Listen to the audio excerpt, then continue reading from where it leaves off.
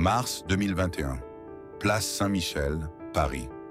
Sous un ciel gris de fin d'hiver, le bruit métallique des outils résonne lourdement dans un quartier latin étrangement désert. Une par une, les célèbres tentes jaunes sont démontées, arrachées de leur façade. À l'intérieur, 71 employés verrouillent les portes pour la dernière fois, les larmes aux yeux. Pourtant, cet endroit n'était pas qu'une simple librairie, c'était le cœur battant de la vie étudiante française. À son apogée, Gibert Jeune régnait en maître absolu sur l'hypercentre parisien avec ses 6 magasins gigantesques.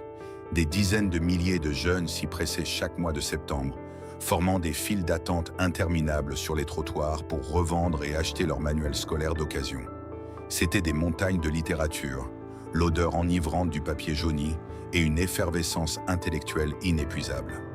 Aujourd'hui, cet empire vieux de 135 ans, qui avait survécu à 2 guerres mondiales, a été mis en carton. Les étagères sont nues, les vitrines sont plongées dans l'obscurité et un vide fantomatique a remplacé les bousculades joyeuses d'autrefois. Comment une institution si profondément ancrée dans l'identité parisienne peut-elle s'effondrer de la sorte? Ce n'est pas seulement l'histoire d'une faillite ordinaire, ni la simple faute des géants du e-commerce.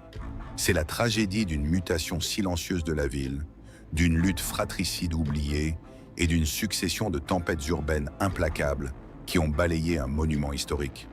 Paris, 1886-2021. L'histoire de la disparition d'un symbole culturel nous montre que même les empires de la connaissance ne sont pas à l'abri de l'effondrement, lorsque la société qui les a créés décide de tourner la page. Paris, à la fin du 19e siècle. La ville est en pleine effervescence, portée par le vent de modernité de la Belle Époque et les vastes transformations urbaines initiées quelques décennies plus tôt. Sur la rive gauche, le quartier latin bruisse d'une énergie intellectuelle palpable. C'est le domaine historique des érudits, des philosophes, des écrivains et surtout d'une population étudiante en pleine croissance.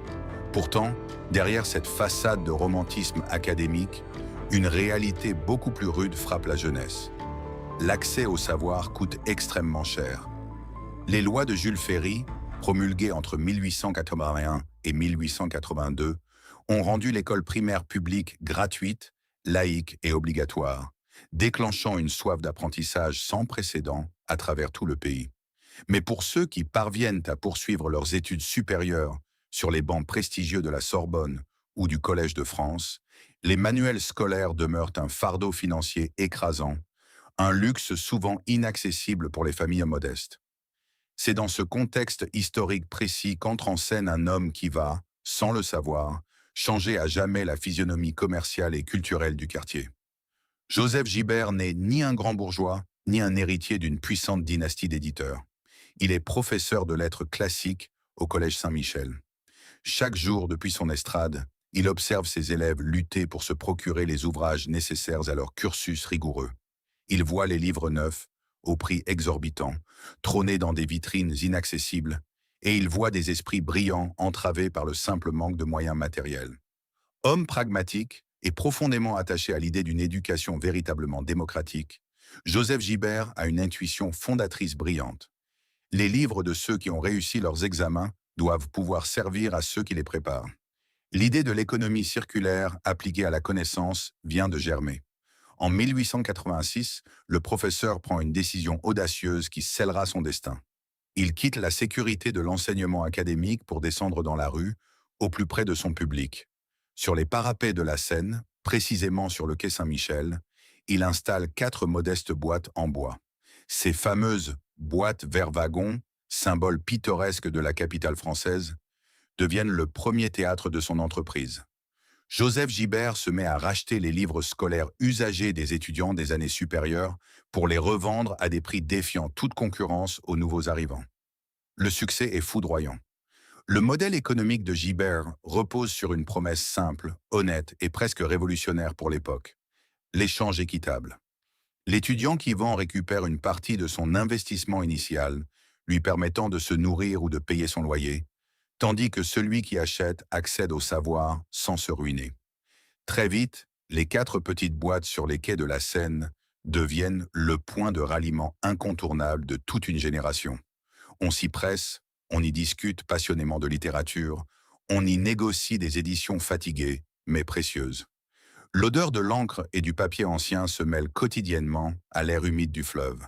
Cependant, ce succès fulgurant apporte son propre lot de défis, créant une tension palpable pour le jeune entrepreneur. Le métier de bouquiniste est rude et précaire.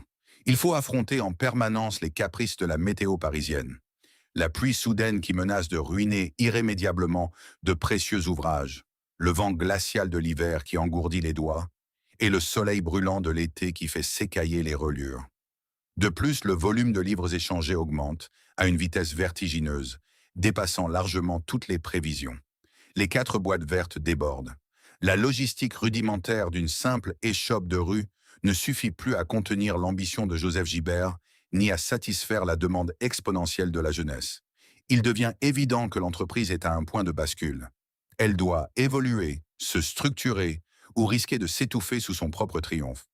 Le passage de la rue à un véritable espace commercial, fermé et protégé, devient une nécessité absolue de survie. En 1888, seulement 2 ans après avoir ouvert ses premières boîtes, Joseph Gibert franchit le pas décisif. Il abandonne le parapet exposé aux intempéries pour s'installer dans un véritable local en dur, situé au 23 quai Saint-Michel. Ce déménagement marque la véritable fondation de l'institution. Ce n'est plus seulement un étalage extérieur de fortune, c'est une librairie à part entière, avec des murs solides, un toit protecteur et des rayonnages en bois massif qui grimpent jusqu'au plafond. À l'intérieur, l'atmosphère est électrique, studieuse et grouillante de vie. Le fondateur y instaure une organisation rigoureuse, développant un système de cotation précis pour évaluer l'état des livres d'occasion. Il classe les ouvrages par matière, par auteur et par niveaux académiques, facilitant ainsi la recherche pour des étudiants toujours plus pressés et nombreux. L'ouverture de cette première librairie physique scelle définitivement l'ADN de la marque. Joseph Gibert ne se contente pas de vendre du papier imprimé. Il vient de créer un véritable écosystème d'entraide étudiante. La boutique devient très vite un lieu de passage obligatoire, un sanctuaire avant chaque rentrée universitaire. C'est entre ces murs que se forge la tradition, ce fameux rituel de l'achat et de la revente qui perdurera pendant plus d'un siècle. Le nom de Gibert s'ancre si profondément dans la géographie mentale du quartier latin qu'il en devient indissociable. Il est désormais le symbole d'une éducation accessible à tous, le refuge des budgets modestes et l'allié indéfectible des universitaires. L'entreprise familiale est née, solidement implantée sur les rives de la Seine, prospère et prête à affronter le XXe siècle. Le professeur de lettres a réussi son pari magistral. Il a bâti un pont solide entre ceux qui détiennent le savoir et ceux qui le cherchent. Pourtant, en posant les fondations d'une telle dynastie, il porte en lui, sans le savoir, les germes d'une future division historique. Paris traverse les années folles. Au lendemain de la Première Guerre mondiale, la capitale française est saisie d'une frénésie de vivre, d'apprendre et de créer. Le quartier latin, plus que jamais, bouillonne. Les bancs de la Sorbonne se remplissent d'une nouvelle génération d'étudiants, avides de tourner la page des sombres années de conflit. Au cœur de cette effervescence, la librairie fondée par Joseph Gibert père ne cesse de prospérer. Les modestes boîtes verts wagons des origines ont définitivement laissé place à un commerce florissant et respecté, solidement ancré sur le quai Saint-Michel. Cependant, derrière la façade ordonnée des rayonnages, croulant sous les livres et le balai incessant des clients, une tempête intime se prépare. Le patriarche, Joseph Gibert, s'est éteint en 1915, au milieu des tumultes de la Grande Guerre. Il a laissé derrière lui bien plus qu'une simple boutique. Un héritage moral, une méthode infaillible et une véritable machine à imprimer des bénéfices. Dans un premier temps, sa veuve a maintenu le cap avec bravoure. Puis dès que la direction de cet empire naissant est logiquement revenue à ses 2 fils, Joseph, l'aîné qui porte le prénom de son père, et Régis, le cadet. Ensemble, ils continuent de faire grandir l'entreprise familiale. Les années 1920 voient l'expansion de la librairie s'accélérer, les locaux s'agrandir, les stocks se démultiplier. Mais gérer une telle mine d'or à 2 têtes s'avère rapidement complexe. La tension monte de façon inéluctable entre les 2 frères. Les archives historiques restent pudiques sur les détails exacts de leur querelle. Mais la dynamique est classique, presque shakespearienne. Il y a d'un côté la pression de faire honneur à l'immense figure paternelle, et de l'autre, des visions stratégiques qui divergent. Comment partager le trône d'un royaume en pleine expansion? Les désaccords sur la gestion quotidienne, sur les investissements à réaliser et sur l'orientation à donner à l'enseigne créent des frictions quotidiennes. La cohabitation dans les mêmes murs devient étouffante. La fratrie comprend qu'une fracture est inévitable pour que chacun puisse donner la pleine mesure de ses ambitions. L'année 1929 marque alors un tournant décisif et tragique dans l'histoire de l'entreprise. Alors que le monde s'apprête à sombrer dans la Grande Dépression suite au krach de Wall Street, une autre rupture, intime et définitive, s'opère sur les rives de la Seine, le schisme de la famille Gibert. D'un commun accord, Joseph et Régis décident de séparer la société en deux entités totalement distinctes, à la fois financièrement et juridiquement. Le partage du territoire s'effectue avec une précision chirurgicale, transformant le quartier latin en un échiquier où les deux frères placent leurs pions. Joseph, l'aîné, décide de quitter le berceau historique. Il remonte le boulevard Saint-Michel, s'éloignant de la Seine pour s'installer un peu plus haut, au numéro 26. Il baptise son entreprise de son propre nom, Gibert Joseph. De son côté, Régis, le cadet, choisit de rester fidèle aux racines physiques de l'Empire. Il conserve jalousement les locaux originels du quai et de la place Saint-Michel.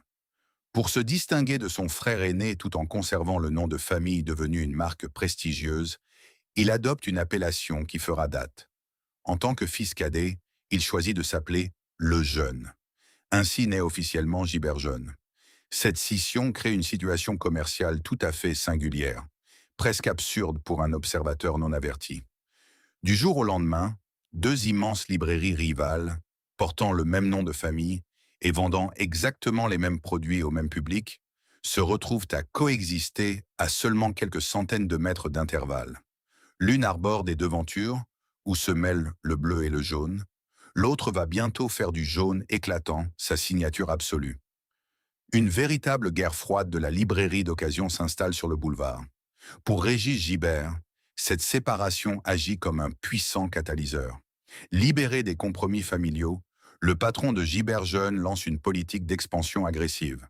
Conscient que sa force réside dans son emplacement exceptionnel, au débouché immédiat du pont Saint-Michel et face à la cathédrale Notre-Dame, il commence à annexer méthodiquement les immeubles voisins.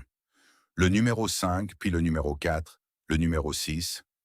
Régis transforme les étages résidentiels en immenses surfaces de vente dédiées aux sciences, aux langues, au droit ou à la médecine. Il fait habiller les façades de ces grands stores jaunes flamboyants qui deviennent très vite des phares urbains, visibles de l'autre côté de la Seine. Ce qui aurait pu être une faiblesse tragique, la division d'un héritage, se transforme finalement en un triomphe commercial pour Régis. Dans les années qui suivent le schisme de 1929, Gibert Jeune parvient à s'imposer comme le visage dominant de la place. La marque forge une identité propre, plus populaire, plus ancrée dans la frénésie du carrefour. Le cadet a réussi son pari. En conservant la place Saint-Michel, il a capturé le flux ininterrompu de la jeunesse parisienne. L'Empire Gibert Jeune est désormais solidement armé pour affronter le reste du siècle, prêt à entrer dans sa période de gloire absolue, oubliant presque que, quelque part plus haut sur le boulevard, un grand frère silencieux continue, lui aussi, d'étendre sa propre toile. Dans la France de l'après-guerre, le pays se reconstruit et entre dans la période de prospérité économique des Trente Glorieuses. Cette dynamique nationale s'accompagne d'une transformation sociale majeure, la démocratisation massive de l'enseignement supérieur. Les enfants du baby-boom grandissent et affluent vers les universités parisiennes en un nombre inédit. La Sorbonne, Assas, Jussieu déborde de nouveaux étudiants issus de classes sociales de plus en plus diversifiées. Pour Gibert Jeune, solidement retranché sur la place Saint-Michel, cette explosion démographique et intellectuelle est une aubaine sans précédent. C'est le début d'un âge d'or absolu, une période d'hégémonie commerciale qui va redéfinir l'identité même du quartier latin. Sous la direction vigoureuse des descendants de Régis Gibert, l'entreprise amorce une expansion territoriale spectaculaire. Ne pouvant se contenter de son adresse historique, la librairie dévore peu à peu les immeubles adjacents. Bientôt, ce ne sont pas moins de 6 magasins distincts, tous arborant de gigantesques tentes jaunes qui encerclent la place Saint-Michel. Ces auvents, éclatants sous le soleil estival et protecteurs sous la pluie d'automne, deviennent l'emblème visuel de la marque. Chaque boutique est un monde en soi, méthodiquement spécialisé. L'une est dédiée aux lettres et à la philosophie, une autre au droit et à l'économie, une troisième à la médecine et aux sciences, sans oublier les langues étrangères, l'histoire ou encore la papeterie. Giberjeune ne se contente plus de vendre des livres. La marque a littéralement colonisé le kilomètre zéro de la vie étudiante parisienne. Mais la véritable puissance de cet empire ne réside pas seulement dans ses murs. Elle s'exprime dans un rituel social et culturel devenu incontournable. La grande transhumance de la rentrée de septembre. Chaque fin d'été, le quartier latin est le théâtre d'un ballet urbain fascinant. Des dizaines de milliers d'étudiants, venus de toute l'Île-de-France et d'ailleurs, convergent vers la place Saint-Michel. Ils arrivent courbés sous le poids de sacs à dos, de cabas de supermarché ou de valises à roulettes remplies à ras-bord des manuels de l'année précédente. Sur les trottoirs, des files d'attente s'étirent sur des centaines de mètres, serpentant le long des quais de la Seine, encadrés par des barrières métalliques et surveillés par le personnel aux gilets jaunes de la librairie. C'est là, au comptoir des achats d'occasion, que se joue la mécanique de précision de Giberjeune. Le système d'évaluation est un spectacle fascinant de rapidité et d'expertise. Les acheteurs de l'enseigne postés derrière de longs guichets en bois examinent chaque ouvrage avec la minutie d'un orfèvre. Une couverture cornée, des pages trop lourdement surlignées au fluo, une édition devenue obsolète par la publication d'un nouveau programme scolaire. Tout est jaugé, calculé, décoté en une fraction de seconde. Le verdict tombe, sec mais équitable. L'étudiant repart alors avec des espèces sonnantes et trébuchantes ou avec un bon d'achat bonifié qu'il s'empresse de dépenser dans les étages supérieurs pour acquérir la bibliographie de sa nouvelle année universitaire. Ce circuit fermé de la monnaie et du savoir fait la fortune de la maison. Pendant 4 décennies, Giberjeune fonctionne comme une horlogerie parfaite. La librairie devient bien plus qu'un simple commerce. Elle se hisse au rang de rite de passage. Tout étudiant parisien est passé par cette épreuve initiatique. On s'y donne rendez-vous sous la statue de l'archange Saint-Michel. On y feuillette des heures durant des ouvrages épuisés. On y ressent l'appartenance à une communauté intellectuelle géante. À son apogée dans les années 1980 et 1990, l'entreprise brasse des millions d'ouvrages chaque année. Les ascenseurs grincent sous le poids des palettes de livres, les caisses enregistreuses ne cessent de cliqueter et les vendeurs naviguent avec virtuosité dans un labyrinthe de rayonnages étroits où flotte en permanence cette odeur inimitable de papier ancien et d'encre d'imprimerie. Pourtant, au sommet de cette gloire incontestée, une tension invisible sous-tend l'ensemble du modèle. La force prodigieuse de Giberjeune est aussi, paradoxalement, sa plus grande vulnérabilité. Cet empire repose sur 2 piliers d'une lourdeur colossale. D'une part, des mètres carrés commerciaux situés dans l'un des quartiers les plus chers et les plus prisés d'Europe. D'autre part, la présence physique et obligatoire de millions de clients. Le modèle économique de l'occasion nécessite un volume de rotation gigantesque pour dégager de la rentabilité, car les marges sur chaque livre d'occasion sont minimes en comparaison du livre neuf. Pour payer les loyers exorbitants des 6 immeubles, pour rémunérer les centaines de manutentionnaires, de vendeurs et d'acheteurs spécialisés, la machine a besoin d'être alimentée sans interruption par un flux humain massif. Giberjeune est une forteresse triomphante, mais c'est une forteresse du monde physique. Elle est parfaitement calibrée pour une époque où l'information est imprimée, où le savoir pèse des centaines de grammes et où l'unique moyen de se le procurer à moindre coût est de se déplacer en personne, en métro ou en RER, jusqu'au centre de la capitale. La direction de l'entreprise savoure son hégémonie, confiante dans la pérennité d'un système qui a survécu aux guerres mondiales, aux crises économiques et même aux pavés de mai 68, durant lesquels les étudiants ont protégé les vitrines de leur librairie fétiche. Personne, alors, ne peut imaginer que l'ère de l'objet physique touche à sa fin. Les fondations de l'Empire semblent indestructibles, ancrées dans la pierre parisienne et dans l'esprit collectif. Et pourtant, à l'aube du nouveau millénaire, très loin des rives de la Seine, une révolution silencieuse est en marche. Une révolution qui ne nécessite ni magasin, ni file d'attente, ni gilet jaune, et qui s'apprête à frapper de plein fouet la ligne de flottaison de l'économie circulaire étudiante. À l'aube du nouveau millénaire, le quartier latin semble encore totalement imperméable aux bouleversements technologiques qui commencent à agiter le monde. Les files d'attente s'étirent toujours majestueusement sur la place Saint-Michel, encadrées par les barrières métalliques familières. Les caisses enregistreuses continuent de chanter leurs mélodies frénétiques et les acheteurs de gibers jeunes, fidèles au poste, évaluent inlassablement les montagnes de manuels scolaires. Pourtant, au-delà de cet horizon de tente jaune, une révolution invisible, silencieuse mais d'une efficacité redoutable, est en train de se fomenter. Elle ne prend pas la forme d'un magasin concurrent s'installant sur le trottoir d'en face, mais celle de lignes de code informatique, de serveurs distants et de connexions à haut débit. Le premier coup porté à l'édifice vient de l'émergence foudroyante du commerce en ligne. Depuis Seattle, un géant nommé Amazon a commencé à étendre ses tentacules bien au-delà de ses frontières d'origine. Si au départ, la vente de livres neufs sur Internet n'inquiète que modérément gibers jeunes, en France, la loi Lang de 1981 impose le prix unique du livre, protégeant ainsi les libraires physiques d'une guerre des prix. Le danger se révèle ailleurs. La véritable menace réside dans la désintermédiation du marché de l'occasion, le sanctuaire intouchable, la poule aux œufs d'or de l'enseigne de la place Saint-Michel. En 2006, le lancement du site Le Bon Coin en France agit comme un séisme d'une magnitude insoupçonnée pour l'économie circulaire étudiante. Soudainement, une plateforme gratuite et accessible à tout 24 heures sur 24 permet aux individus de faire affaire directement entre eux.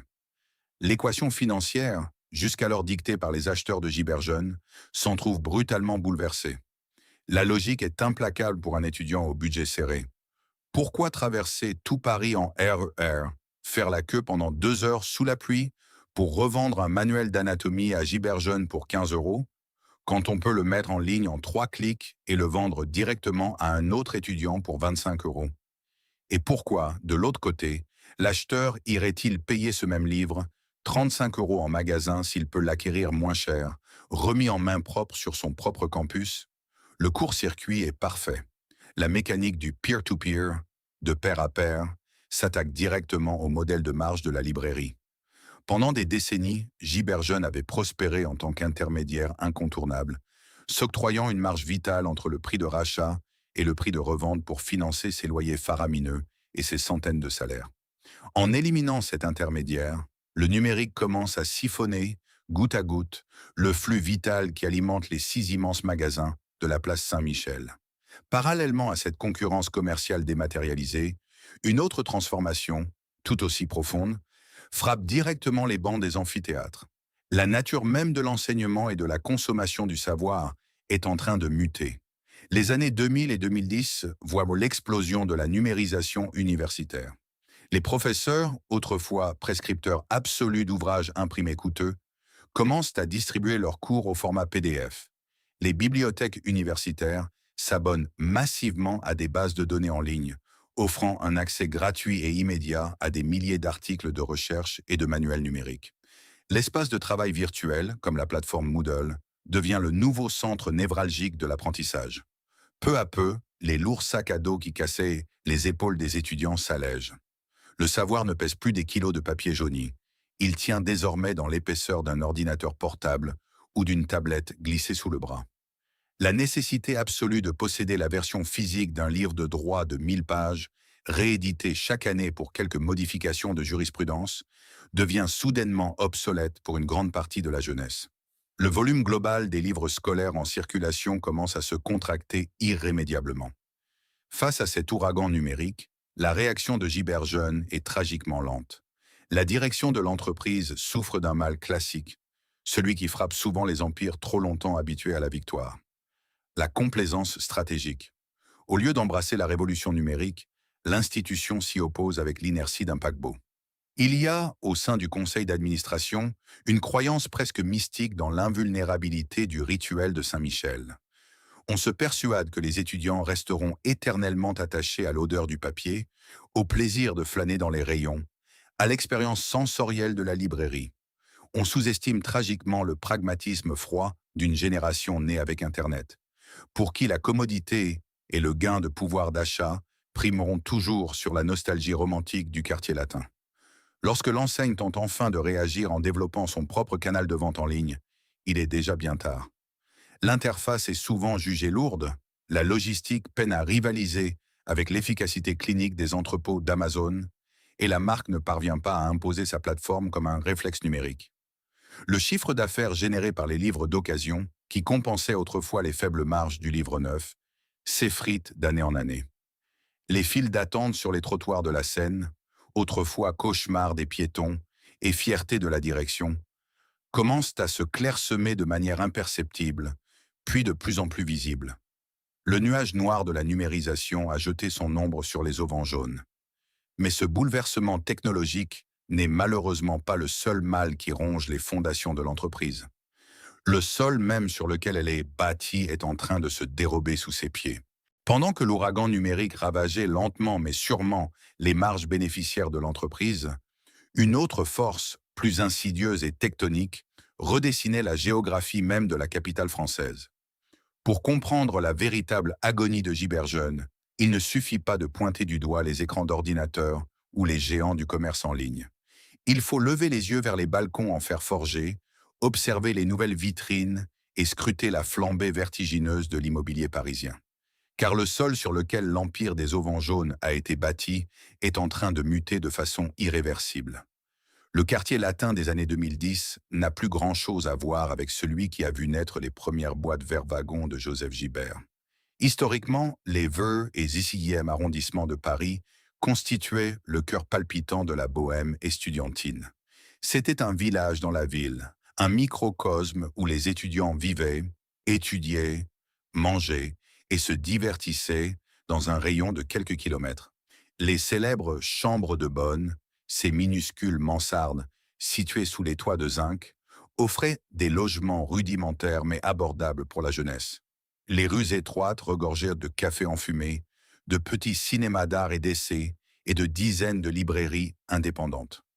C'est cet écosystème urbain très dense, cette concentration unique de matières grises et de budgets modestes, qui garantissait à Giberjeune un flux ininterrompu de clients franchissant ses portes au quotidien.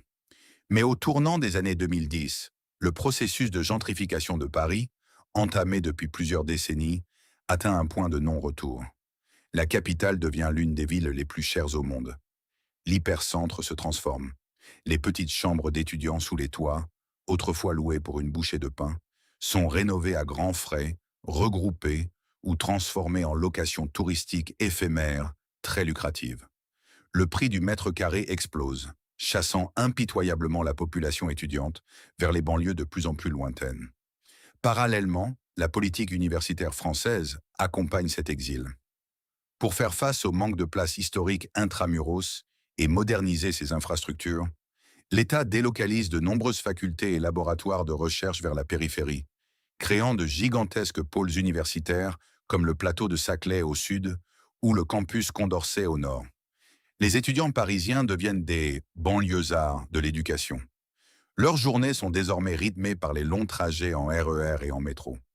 Lorsqu'ils ont un trou de 2 heures entre deux cours, ils ne flânent plus sur la place Saint-Michel. Ils restent sur leur nouveau campus de périphérie. Le lien charnel, quotidien et spontané entre la jeunesse étudiante et le quartier latin est définitivement rompu. L'hémorragie démographique est silencieuse, mais pour un commerce qui dépend de la présence physique de cette population spécifique, elle est fatale. Face à cet exode étudiant, la place Saint-Michel ne se vide pas de sa foule pour autant. Au contraire, elle grouille de monde plus que jamais, mais ce n'est plus le même monde. La nature de la fréquentation piétonne a radicalement changé. Le quartier latin a cédé à la muséification et au tourisme de masse. Des millions de visiteurs internationaux déferlent chaque année pour admirer la cathédrale Notre-Dame, flâner sur les quais de la Seine et photographier les ruelles pittoresques. Pour répondre à cette nouvelle manne financière, le paysage commercial du quartier se métamorphose avec une brutalité inouïe. Les librairies indépendantes ferment les unes après les autres, incapables de payer des loyers devenus pharaoniques. Elles sont immédiatement remplacées par des chaînes internationales de fast-food, des boutiques de souvenirs vendant des tours Eiffel en plastique, des marchands de crêpes à la sauvette et des enseignes de prêt-à-porter mondialement connues. Le quartier perd son âme académique pour devenir une immense zone de consommation touristique standardisée. C'est ici que le piège se referme sur Giberjeune avec une cruauté mathématique. L'entreprise est assise sur une mine d'or immobilière qu'elle loue à prix d'or. Posséder 6 immenses magasins, répartis sur plusieurs étages, en plein cœur du 6e arrondissement, représente des coûts fixes absolument colossaux. Des millions d'euros de loyers commerciaux doivent être déboursés chaque année, indépendamment du nombre de livres vendus. Le drame de Giberjeune dans les années 2010, c'est le contraste saisissant entre la foule qui passe devant ses vitrines et la vacuité de ses caisses. Des milliers de touristes photographient quotidiennement les magnifiques auvents jaunes, emblème du Paris de carte postale. Mais un touriste de passage à Paris n'entre pas dans une librairie pour acheter un manuel de droit constitutionnel français de 5 kilos. Il passe au son chemin. Le flux piétonnier est massif, mais le taux de conversion commerciale s'effondre. La direction se retrouve prise en étau. D'un côté, le chiffre d'affaires s'érode à cause de la fuite des étudiants vers la banlieue et des achats sur Internet. De l'autre, les propriétaires des murs exigent des loyers toujours plus élevés, indexés sur la nouvelle valeur touristique de la place Saint-Michel. Le modèle de la librairie d'hypercentre, qui nécessitait autrefois de vastes surfaces de vente pour stocker des montagnes de livres physiques, devient un fardeau financier insoutenable. Giberjeune est devenu un dinosaure majestueux, coincé dans un écosystème urbain qui ne peut plus le nourrir. La structure même de l'entreprise est en train de l'étouffer. Et alors que la trésorerie se tend de mois en mois et que les dirigeants tentent désespérément de colmater les brèches d'un navire qui prend l'eau, l'horizon s'assombrit brusquement. Personne ne se doute que les années qui s'annoncent vont déclencher une série de catastrophes inédites, transformant cette lente agonie urbaine en une chute vertigineuse. En 2018, l'édifice Giberjeune est déjà profondément fragilisé. Les fondations invisibles de l'Empire ont été méthodiquement rongées par l'exode étudiant vers les lointaines banlieues, la hausse exponentielle des loyers commerciaux et l'implacable concurrence du numérique. L'entreprise est devenue une gigantesque machine qui tourne au ralenti, dévorant sa propre trésorerie pour maintenir en vie ses 6 mastodontes sous respirateur artificiel sur la place Saint-Michel. La direction navigue à vue, espérant qu'un miracle inversera la tendance, ou du moins que le fragile équilibre financier tiendra encore quelques années. Mais l'histoire, souvent cruelle avec les empires sur le déclin, va en décider autrement. En l'espace de 24 mois, une succession inouïe de crises sociales, urbaines et sanitaires va s'abattre sur la capitale française. C'est la conjonction fatale, une tempête parfaite qui va définitivement briser la colonne vertébrale de l'institution bicentenaire. Le premier acte de cette tragédie moderne s'ouvre à la fin de l'année 2018. Le mouvement des Gilets jaunes embrase la France et transforme chaque week-end parisien en un théâtre d'affrontements urbains d'une rare violence. La place Saint-Michel, en raison de sa position de nœud névralgique, au croisement de la préfecture de police, de l'hôtel de ville et des grands boulevards, se retrouve systématiquement sur la trajectoire des manifestations. Le samedi, traditionnellement le jour de la semaine le plus rentable pour la librairie, celui où les familles un peu de banlieue et les étudiants viennent faire leurs emplettes, devient un jour mort, une zone de guerre redoutée. Les rideaux de fer métallique doivent être baissés à la hâte au moindre signe de débordement. L'air de la place se charge des vapeurs âcres des gaz lacrymogènes. Les pavés historiques sont arrachés pour dresser des barricades, et le bruit assourdissant des sirènes de police remplace le bourdonnement studieux des acheteurs de livres. Les clients, effrayés par les images d'émeutes diffusées en boucle sur les chaînes d'information en continu, désertent massivement le centre-ville. Chaque samedi perdu de la sorte représente un trou béant dans la trésorerie de l'entreprise, un manque à gagner colossal qui, vu l'étroitesse des marges de l'occasion, ne sera jamais rattrapé. Alors que ce mouvement social inédit s'essouffle finalement au bout de longs mois de guérilla urbaine, l'entreprise, déjà exsangue, espère reprendre son souffle pour la cruciale période hivernale de 2019. Les vitrines sont décorées, les stocks de la rentrée de janvier sont prêts. Mais le répit n'est qu'une cruelle illusion. En décembre 2019, la France est frappée par une grève massive et interprofessionnelle contre la réforme des retraites. C'est tout simplement la plus longue grève des transports de l'histoire du pays. Pendant plus d'un mois et demi, la RATP et la SNCF sont totalement paralysées. Les rames de métro ne roulent plus, les stations du RER B et C, les 2 artères vitales qui irriguent la station Saint-Michel, restent désespérément fermées. Pour Giberjeune, dont le public captif vit désormais presque exclusivement en banlieue périphérique, c'est l'asphyxie totale. Comment venir revendre ces lourds livres de droit ou de médecine à Saint-Michel quand il faut marcher 3 heures sous la pluie verglaçante ou s'entasser dans de rares bus de substitution pris d'assaut? La place est physiquement coupée de son oxygène démographique. À l'intérieur des 6 magasins, le spectacle est lunaire. Les étagères débordent de références, les vendeurs aux gilets jaunes sont à leur poste, immobiles, mais les allées sont désertes. Les clients sont là, quelque part au-delà du périphérique, mais ils sont physiquement empêchés de venir. Au début de l'année 2020, les dirigeants de Giberjeune contemplent des bilans financiers désastreux. La trésorerie est totalement asséchée par des mois ininterrompus de perturbations sociales. Ils se croient au fond du gouffre, mais ils ignorent qu'ils s'apprêtent à affronter une épreuve qui fera passer les manifestations et les grèves pour de simples désagréments. En mars 2020, un ennemi invisible et foudroyant met le monde à l'arrêt, la pandémie mondiale de Covid-19.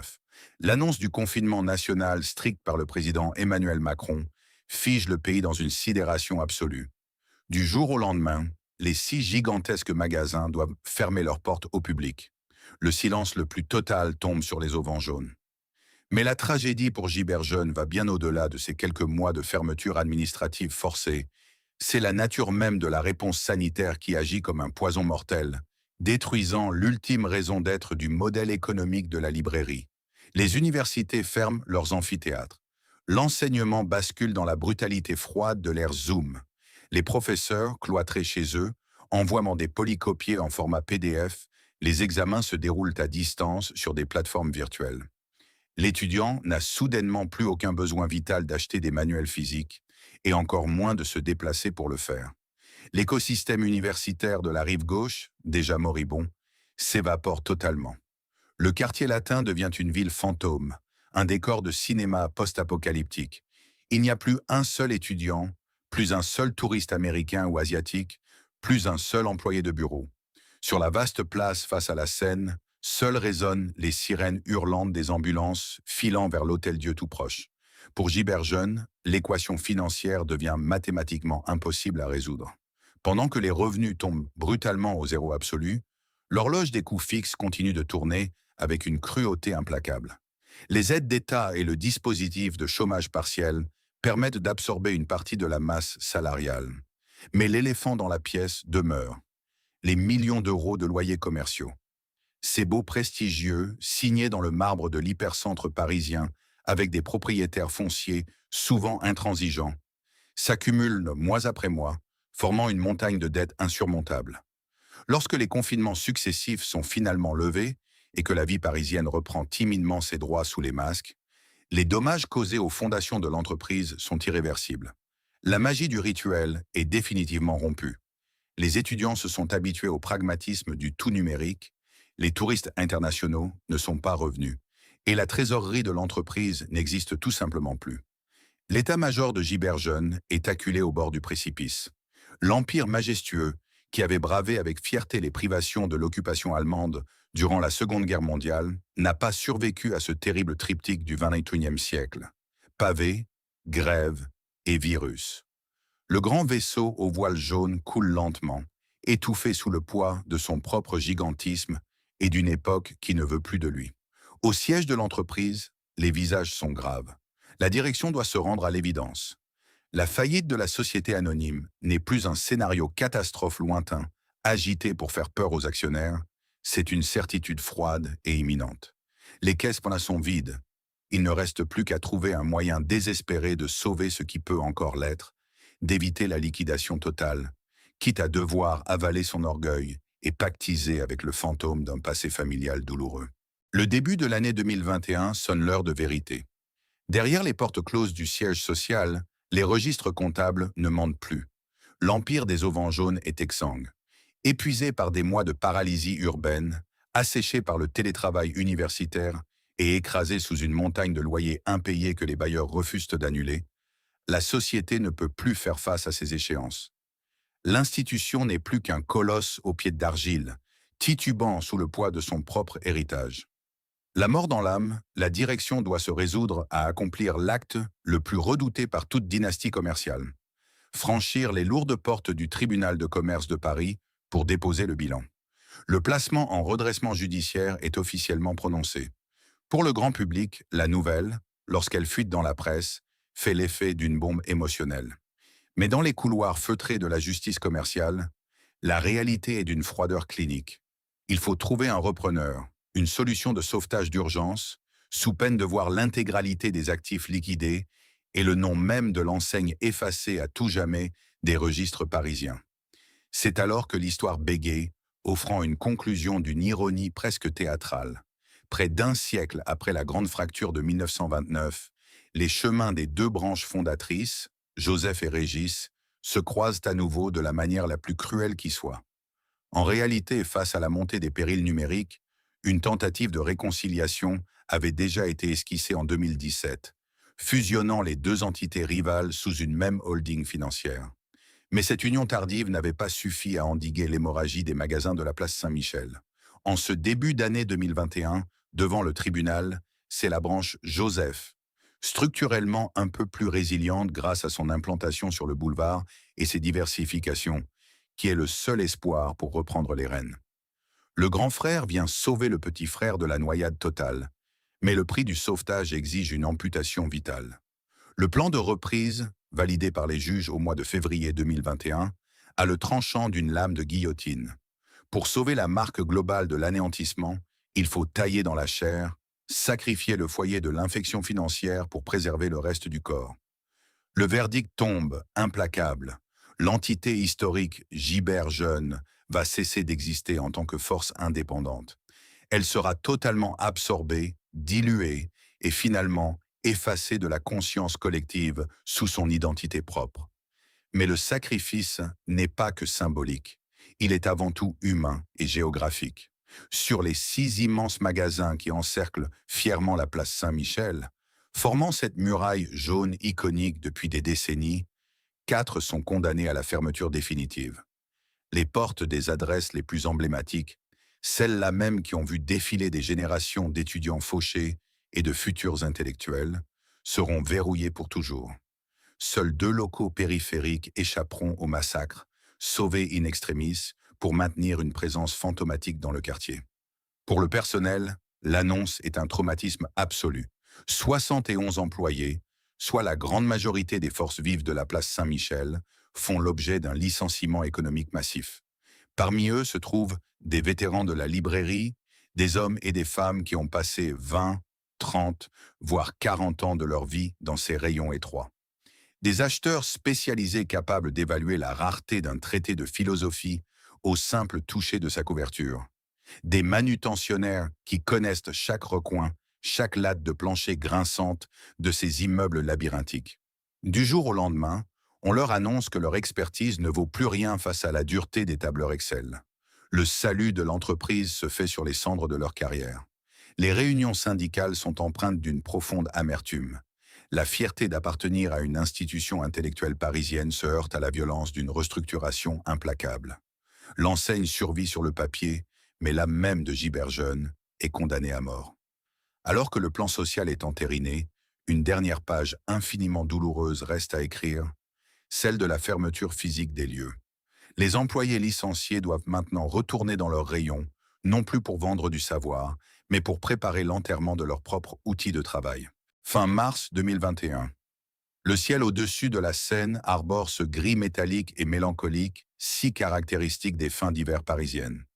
Sur la place Saint-Michel, une scène à la fois étrangement familière et profondément déchirante est en train de se jouer. Devant les gigantesques devantures de Gibert Jeune, une file d'attente s'est formée, s'étirant majestueusement le long du trottoir, encadrée par les fameuses barrières métalliques. Depuis l'annonce officielle du plan de redressement, la nouvelle s'est propagée comme une traînée de poudre dans toute la capitale. Mais cette foule n'a rien à voir avec les bousculades étudiantes frénétiques des rentrées de septembre d'autrefois. Personne ne porte de lourds sacs remplis de manuels à revendre. Il n'y a ni excitation académique, ni urgence financière. Il n'y a qu'un profond recueillement. Ce sont des Parisiens de toutes les générations qui ont fait le déplacement. Des hommes et des femmes dans la quarantaine, la cinquantaine, ou même des retraités, sont venus accomplir un ultime pèlerinage. Ils sont venus saluer un vieil ami avant qu'ils ne disparaissent à jamais. Sur les vitrines, de grandes affiches barrées de lettres majuscules rouges annoncent la couleur avec une brutalité insoutenable.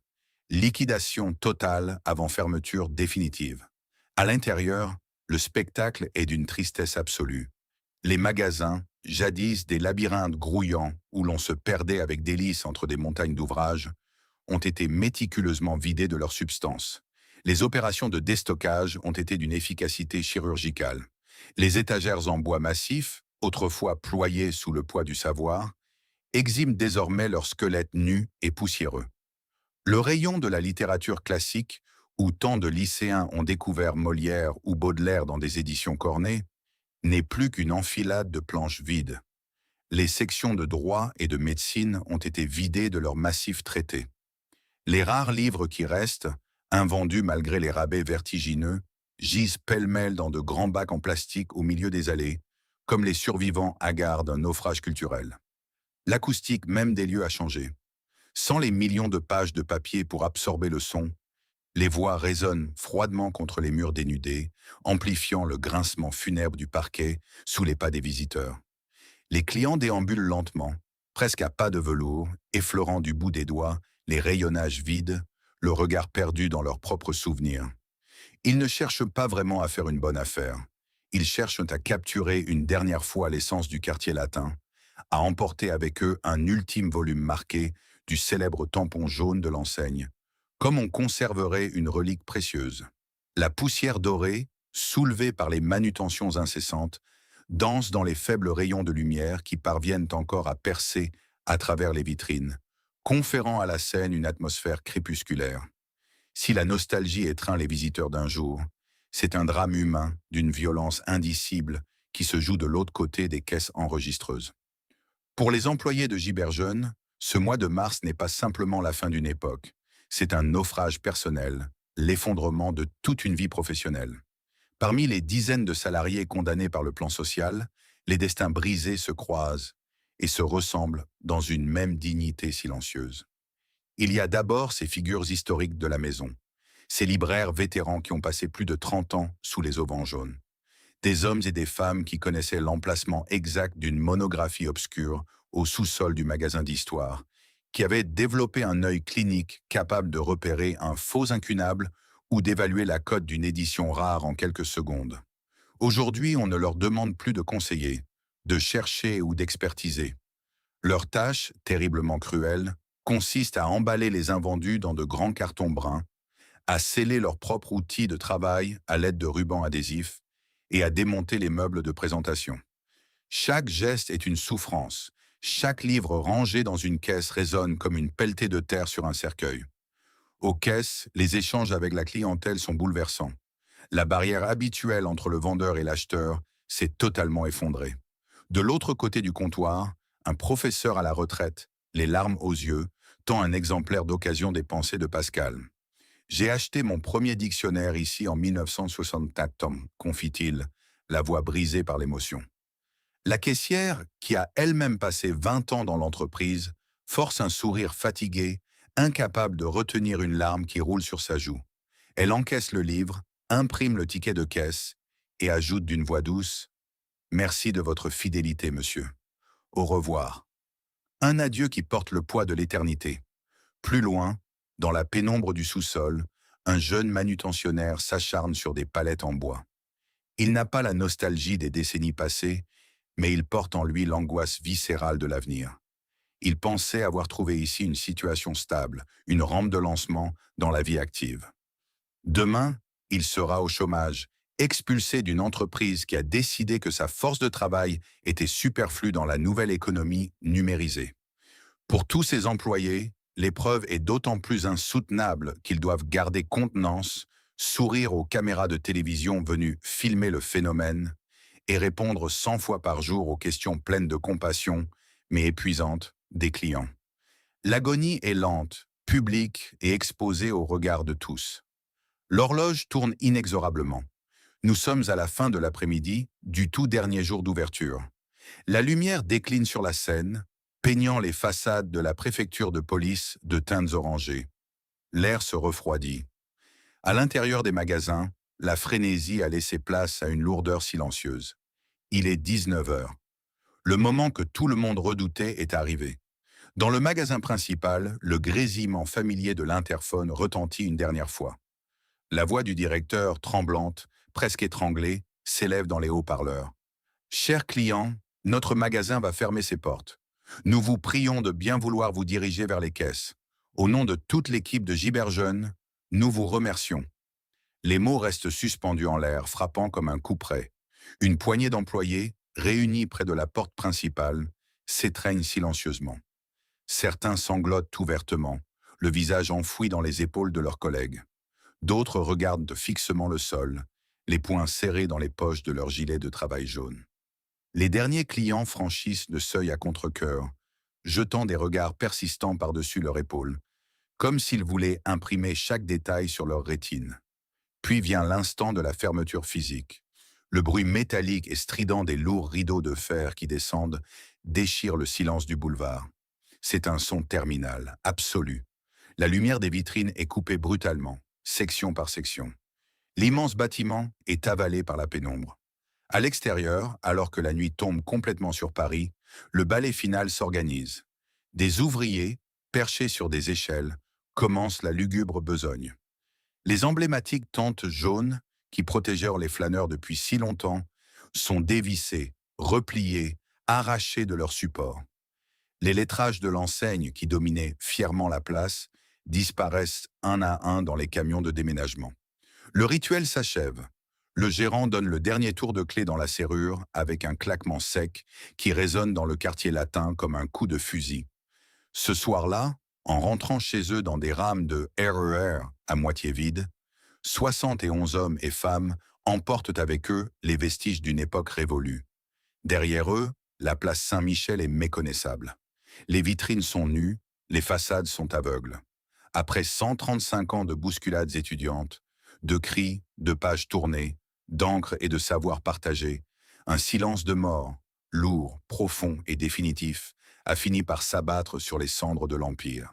Aujourd'hui, si vous sortez de la bouche de métro sur la place Saint-Michel, l'illusion est presque parfaite.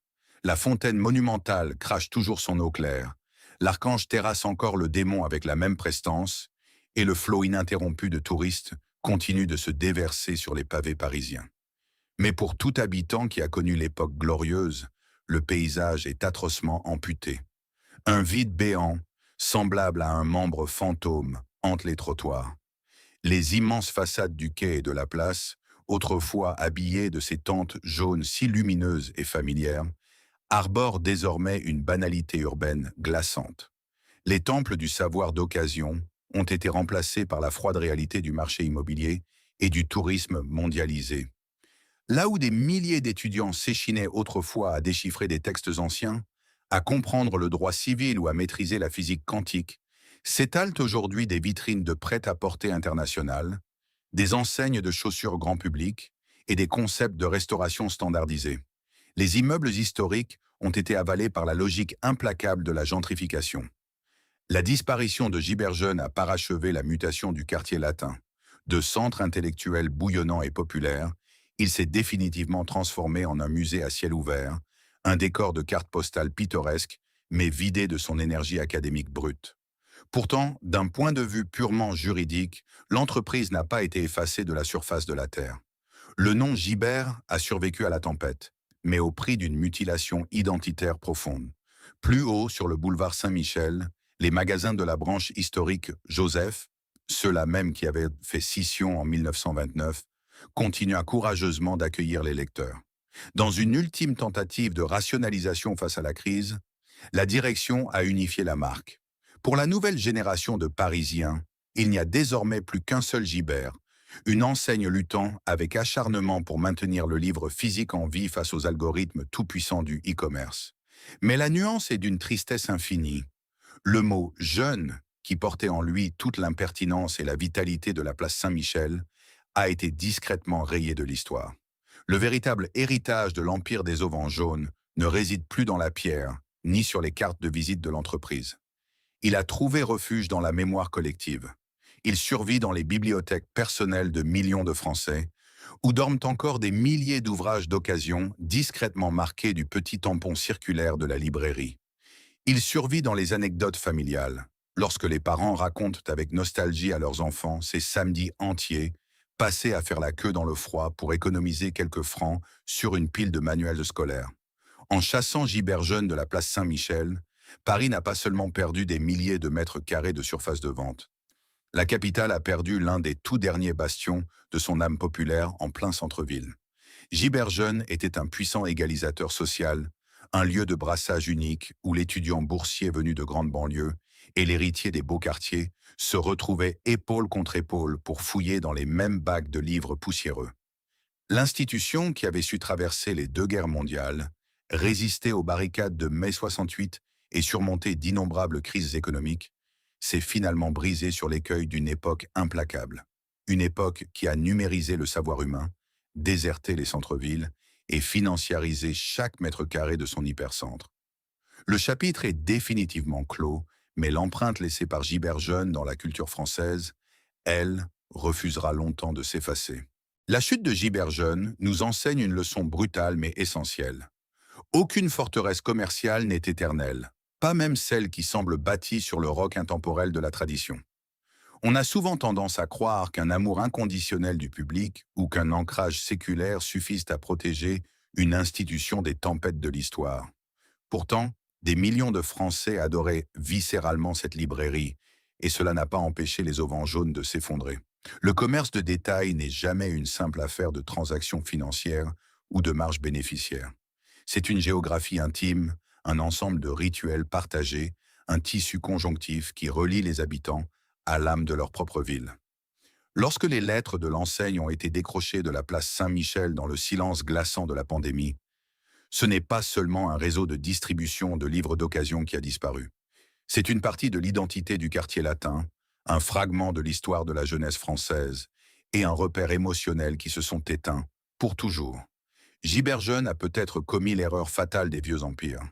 Croire que le romantisme de son passé et la nostalgie de ses clients suffiraient à repousser l'avènement implacable du numérique et la métamorphose financière de l'immobilier parisien.